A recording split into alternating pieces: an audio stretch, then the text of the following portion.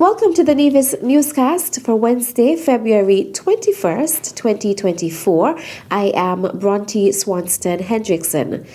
The Nevis Island Administration and the Small Enterprise Development Unit (SIDU) hosted its third annual financial management workshop on Tuesday, February 20th, 2024 at the Malcolm Gishad Recreational Park.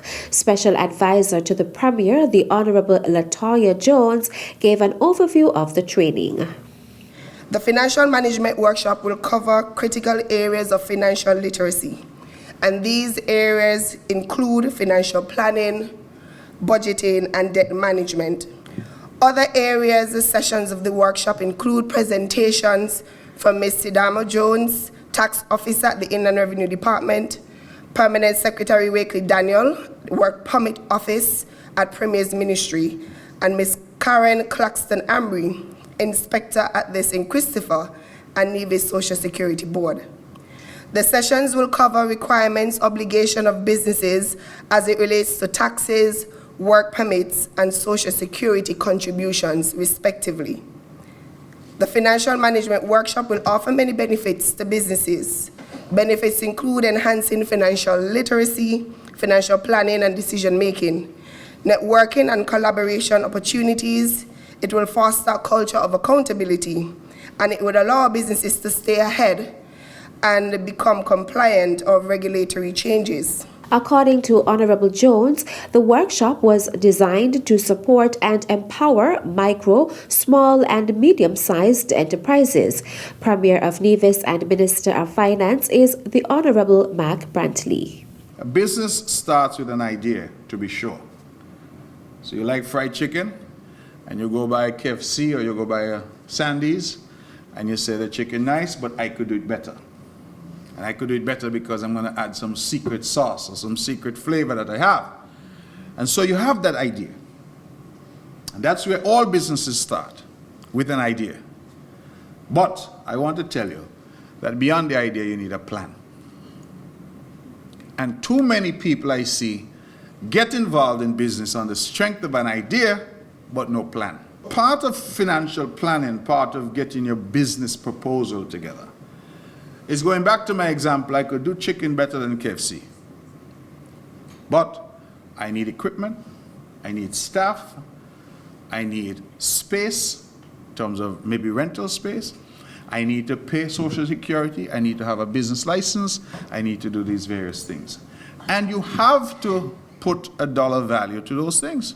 Premier Brantley commended the 32 participants for making the decision to owning their own business. Because I believe that the two areas of budgeting and debt management are absolutely critical to financial planning. And for you to have not just the idea is what gets you in, the idea is what motivates you, but the plan is what will bring you success. And I want to encourage each and every one of you. I know it's not easy for you to decide to invest and to have a business. The easiest thing in the world is for you to try to go work for somebody else.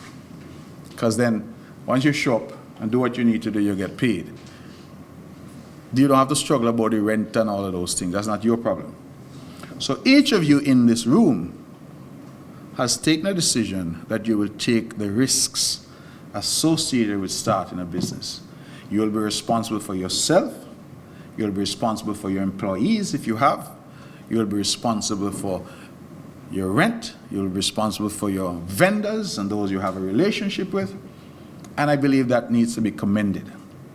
Because absent risk, we won't move forward in terms of business. People have to step out, sometimes step out on a limb. But I'm begging you, when you step out, don't step out blindly. Have a plan.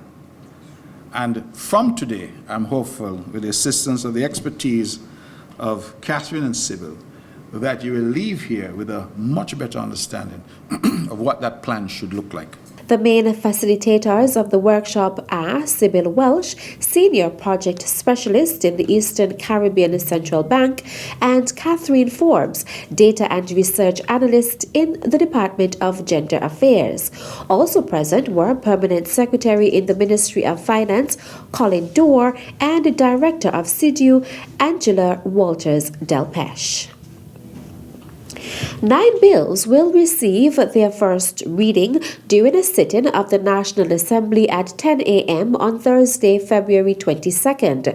The Honorable Dr. Terence Drew, Prime Minister and Minister of Finance, National Security, Citizenship and Immigration, Health and Social Security, will seek leave to introduce and have read a first time the Medical Laboratories Bill 2024, Anti-Smuggling Bill 2024, Immigration Amendment Bill 2024, and Housing and Social Development Levy Amendment Bill 2024. He will also move the second reading of the Housing and Social Development Levy Amendment Bill 2024.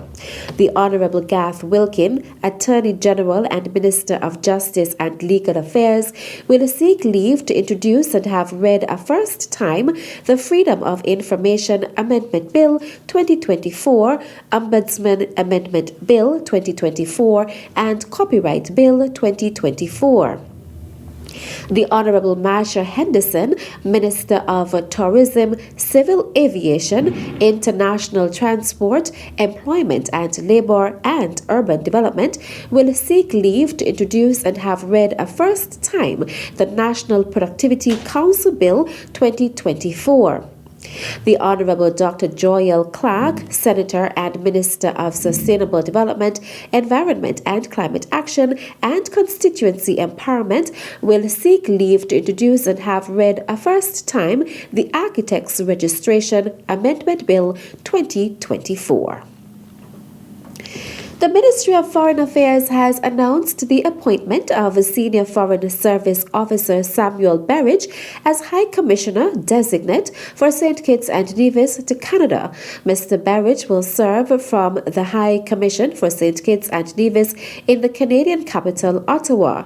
His distinguished career includes non-permanent delegate to the World Trade Organization and other international organizations in Geneva, Switzerland, and Counselor and Head of Chancery at the Permanent Mission of St. Kitts and Nevis to the United Nations in New York, where he actively participated in the open-ended working group process to frame the 2030 Agenda for Sustainable Development, commonly referred to as the Sustainable Development Goals. Additionally, he served as Charge d'Affaires in 2015. At the Ministry of Foreign Affairs, the Ministry of Trade and the Regional Integration and Diaspora Unit of the Prime Minister's Office, Mr. Berridge excelled in various senior capacities, including Head of the Multilateral Division, Senior Trade Policy Officer, and Senior Assistant Secretary. As High Commissioner for St. Kitts and Nevis to Canada, Samuel Berridge will focus on building and strengthening relations with Canada through solid partnerships with universities and research institutions, potential investors, and members of the diaspora. Still to come, St. Kitts and Nevis seeks to re-establish returning National Association. The details after this break.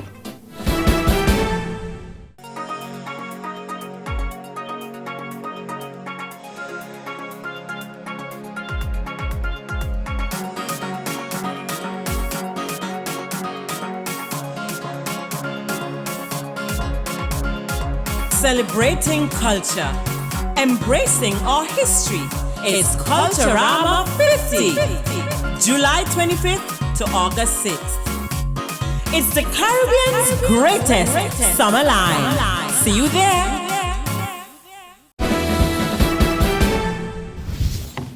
Welcome back.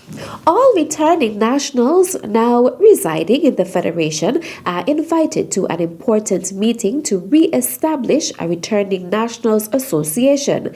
The meeting, which will take place at 1 p.m. on Wednesday, March 13th, 2024, will be hosted at the H.S. Hanley Conference Room at the St. Kitts and Nevis Customs and Excise Headquarters at Bird Rock, St. Kitts. Transportation will be provided from the Bastille Ferry Terminal. To confirm your attendance, contact the St. Kitts and Nevis Returning Nationals Secretariat at 467-1168 or 662-5269 between 8 a.m. and 4 p.m.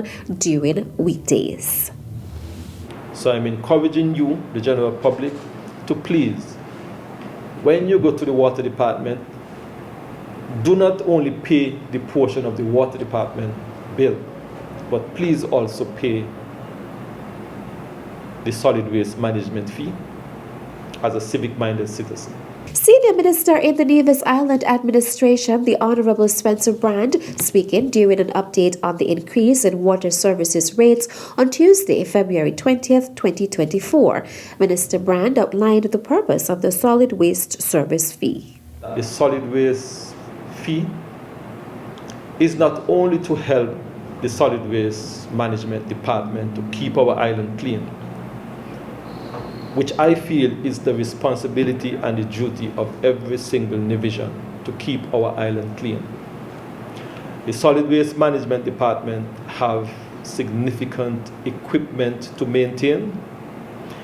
It's a department that is heavily dependent on fuel and their fuel consumption.